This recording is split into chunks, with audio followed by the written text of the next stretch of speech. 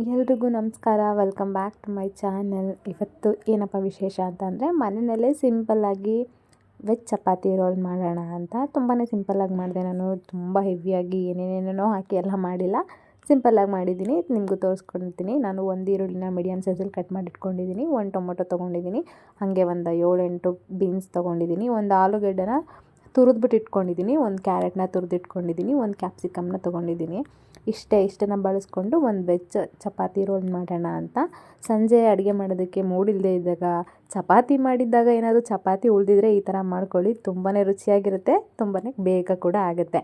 ಒಲೆ ಮೇಲೆ ಒಂದು ಬಾಣಲಿ ಇಟ್ಟು ಒಂದು 3-4 ಸ್ಪೂನ್ ಎಣ್ಣೆ ಹಾಕಿ, 1 ಸ್ಪೂನ್ ಜೀರಿಗೆ ಹಾಕಿ, ಕಟ್ ಮಾಡಿ ಇಟ್ಕೊಂಡಿರೋ ಈರುಳ್ಳಿನ ಹಾಕ್ಕೊಂಡು ಫ್ರೈ ಮಾಡಿ. ಈರುಳ್ಳಿ ಒಂದು ಸ್ವಲ್ಪ ಕಲರ್ ಚೇಂಜ್ ಆದಮೇಲೆ ಟೊಮೊಟೊ ಕೂಡ ಹಾಕ್ಕೊಂಡು, ಟೊಮೊಟೊ ಸಾಫ್ಟ್ ಆಗೋವರೆಗೂ ಚೆನ್ನಾಗಿ ಇದನ್ನು ಫ್ರೈ ಮಾಡ್ಕೊಬೇಕು. ಇದು ಚೆನ್ನಾಗಿ ಫ್ರೈ ಆದಮೇಲೆ ಕಟ್ ಮಾಡಿ ಇಟ್ಕೊಂಡಿರೋಂಥ ನಿಮಗೆ ಇಷ್ಟದ ಯಾವುದೇ ತರಕಾರಿ ಕೂಡ ಎಲ್ಲದನ್ನು ಆ್ಯಡ್ ಮಾಡ್ಕೊಬೋದು. ನಾನು ಬೀನ್ಸು, ಕ್ಯಾರೆಟು ಮತ್ತು ಆಲೂಗಡ್ಡೆ, ಕ್ಯಾಪ್ಸಿಕಮ್ ಮಾತ್ರ ತೊಗೊಂಡಿದ್ದೀನಿ. ನೀವು ಇದಕ್ಕೆ ಕ್ಯಾಬೇಜ್ ಹಾಕ್ಕೋಬೋದು. ನಿಮ್ಗೆ ಯಾವ್ದು ಇಷ್ಟ ಆಗುತ್ತೆ ಅದೆಲ್ಲ ರೀತಿ ತರಕಾರಿನ ಹಾಕ್ಕೋಬೋದು. ನಾನಿಲ್ಲಿ ನಮ್ಮ ಮನೇಲಿ ಏನಿತ್ತು ಅಷ್ಟನ್ನೇ ಮಾಡ್ಕೊಂಡಿದ್ದೀನಿ.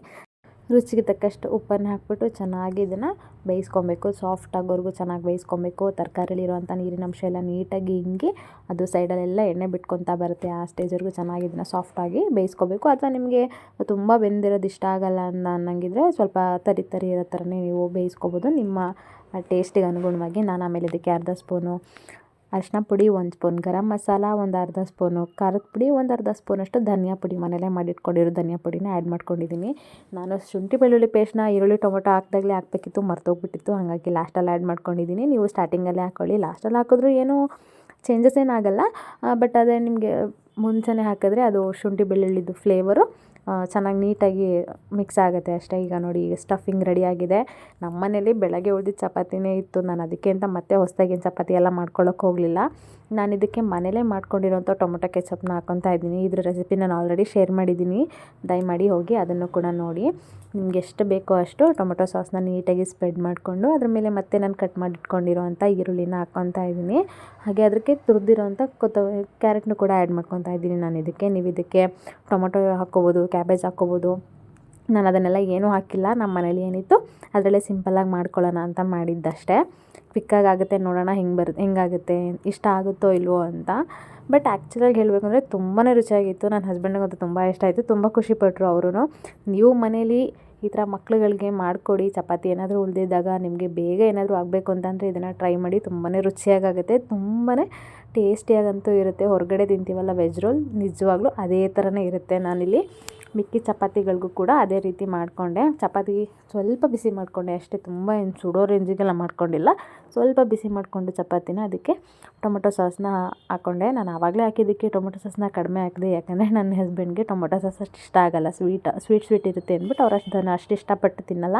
ನನಗೆ ಅಂತ ನಾನು ಜಾಸ್ತಿ ಸಾಸ್ ಹಾಕ್ಕೊಂಡು ಈರುಳ್ಳಿ ಕ್ಯಾರೆಟು ಹಾಕ್ಕೊಂಡು ಆಮೇಲೆ ಅದಕ್ಕೆ ಸ್ಟಫಿಂಗ್ ಇಟ್ಬಿಟ್ಟು ಮತ್ತೆ ಮೇಲ್ಗಡೆ ಇನ್ನೊಂದು ಲೇಯರು ಈರುಳ್ಳಿ ಕ್ಯಾರೆಟನ್ನು ಹಾಕ್ಬಿಟ್ಟು ನೀಟಾಗಿ ಫೋಲ್ಡ್ ಮಾಡಿ ಲಾಸ್ಟಲ್ಲಿ ಒಂದು ಟಿಶ್ಯೂ ಸುಟ್ಬಿಟ್ಟು ಕೊಟ್ಟರೆ, ಸೈಡಲ್ಲಿ ಕೆಚಪ್ ಇದ್ಬಿಟ್ರೆ ಸಕ್ಕತ್ತಾಗಿರುತ್ತೆ ಟೇಸ್ಟು.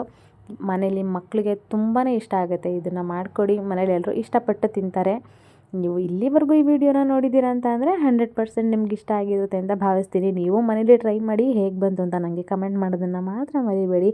ಮೊದಲನೇ ಸಲ ನನ್ನ ಚಾನಲ್ನ ನೋಡ್ತಾ ಇದ್ದರೆ ದಯಮಾಡಿ ನನ್ನ ಚಾನಲ್ನ ಸಬ್ಸ್ಕ್ರೈಬ್ ಮಾಡಿಕೊಂಡು ಸಪೋರ್ಟ್ ಮಾಡಿ. ಬನ್ನಿ ನನ್ನ ಹಸ್ಬೆಂಡ್ ರಿಯಾಕ್ಷನ್ಗೋಸ್ಕರ ವೆಜ್ ರೋಲ್.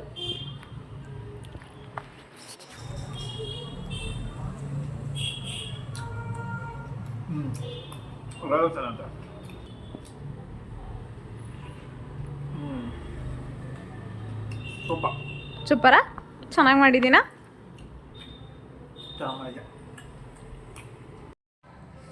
ಈ ರೆಸಿಪೀಸ್ ನಿಮಗೂ ಕೂಡ ಇಷ್ಟ ಆಗಿದ್ದರೆ ಮಿಸ್ ಮಾಡದೆ ಮನೇಲಿ ಟ್ರೈ ಮಾಡಿ, ಹೇಗೆ ಬಂತು ಅಂತ ಕಮೆಂಟ್ ಮಾಡಿ. ವಿಡಿಯೋ ಇಷ್ಟ ಆಗಿದ್ದರೆ please like, share, comment, subscribe ಮಾಡೋದನ್ನು ಮರಿಬೇಡಿ. ದಯವಿಟ್ಟು ಚಾನಲ್ನ ಸಬ್ಸ್ಕ್ರೈಬ್ ಮಾಡಿ, ಸಪೋರ್ಟ್ ಮಾಡಿ. Thank you for watching.